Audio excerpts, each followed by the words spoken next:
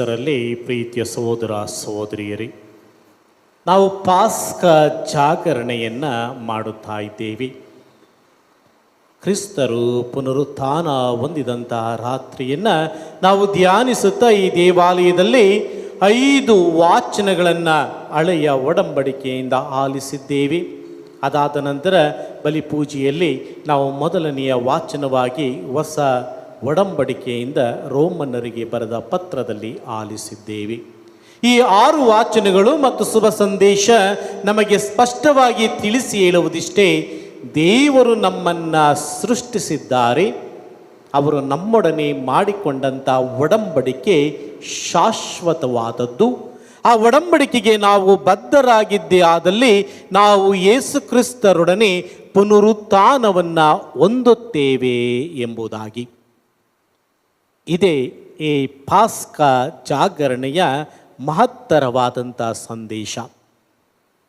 ನಾವೆಲ್ಲರೂ ದೇವರ ಕರುಣೆಗಾಗಿ, ದೇವರ ಪ್ರೀತಿಗಾಗಿ, ದೇವರು ನೀಡುವಂಥ ಕ್ಷಮೆಗಾಗಿ ನಾವು ಸದಾ ಆತೊರೆಯುತ್ತೇವೆ.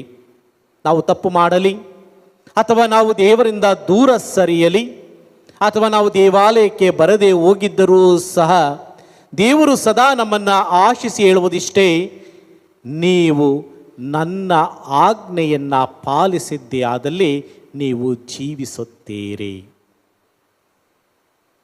ದೇವರು ನಮ್ಮನ್ನು ಸೃಷ್ಟಿಸಿದಾಗ ಅವರಲ್ಲಿದ್ದಂಥ ಒಂದೇ ಆಲೋಚನೆ ಇಷ್ಟೇ: ನಾವೆಲ್ಲರೂ ದೇವರ ಸ್ವರೂಪಗಳಾಗಿ ಈ ಲೋಕದಲ್ಲಿ ದೇವರ ಮಹಿಮೆಯನ್ನು ಸಾರಬೇಕಾಗಿದೆ.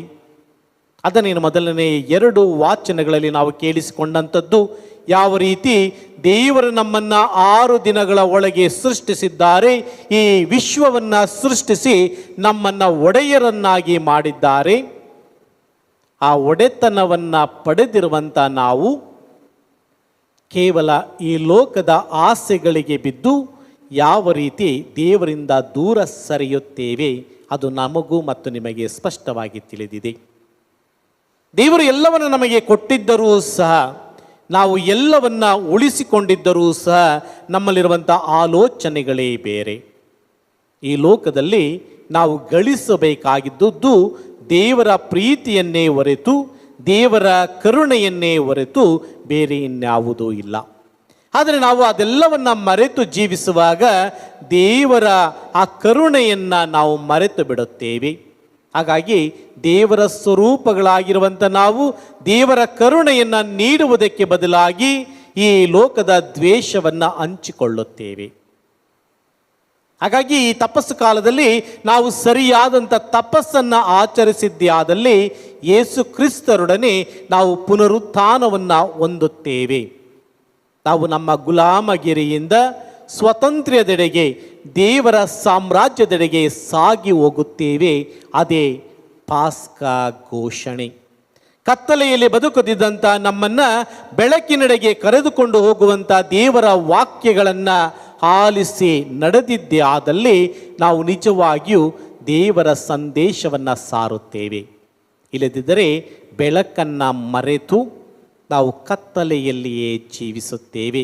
ಯಾವ ರೀತಿ ವಿಮೋಚನಾ ಕಾಂಡದಲ್ಲಿ ನಾವು ಕೇಳಿಸಿಕೊಂಡಿದ್ದೇವೆಯೋ, ದೇವರು ಮಹಿಮೆಯನ್ನು ಮಾಡಿ ನಮ್ಮನ್ನು ಗುಲಾಮಗಿರಿಯಿಂದ ಬಿಡುಗಡೆ ಮಾಡಿ ವಾಗ್ದಾನ ನಾಡಿಗೆ ಕರೆದುಕೊಂಡು ಹೋಗುತ್ತಾರೆ ಎಂದು ಹೇಳಿದಂಥ ಆ ವಾಚನೆಯನ್ನು ಆಲಿಸಿದಾಗ ನಾವು ಇನ್ನೂ ಗುಲಾಮಗಿರಿಯಲ್ಲಿಯೇ ಬದುಕುತ್ತಾ ಇದ್ದೇವೆ.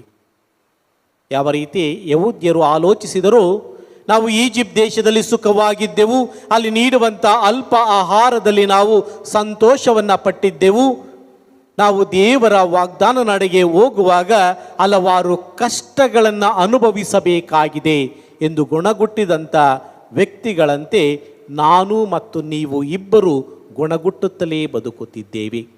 ನಾವು ಗುಲಾಮಗಿರಿಯ ಸಂತೋಷವನ್ನೇ ನಾವು ಅವಲಂಬಿಸಿದ್ದೇವೆಯೇ ಹೊರತು ದೇವರು ನೀಡುವಂಥ ಹೊಸ ವಾಗ್ದಾನದ ಆ ನಾಡನ್ನು ಅಥವಾ ಹೊಸ ಜೆರುಸಲೇಮನ್ನು ಸೇರುವುದಕ್ಕೆ ನಮಗೆ ಇಷ್ಟವಿಲ್ಲ.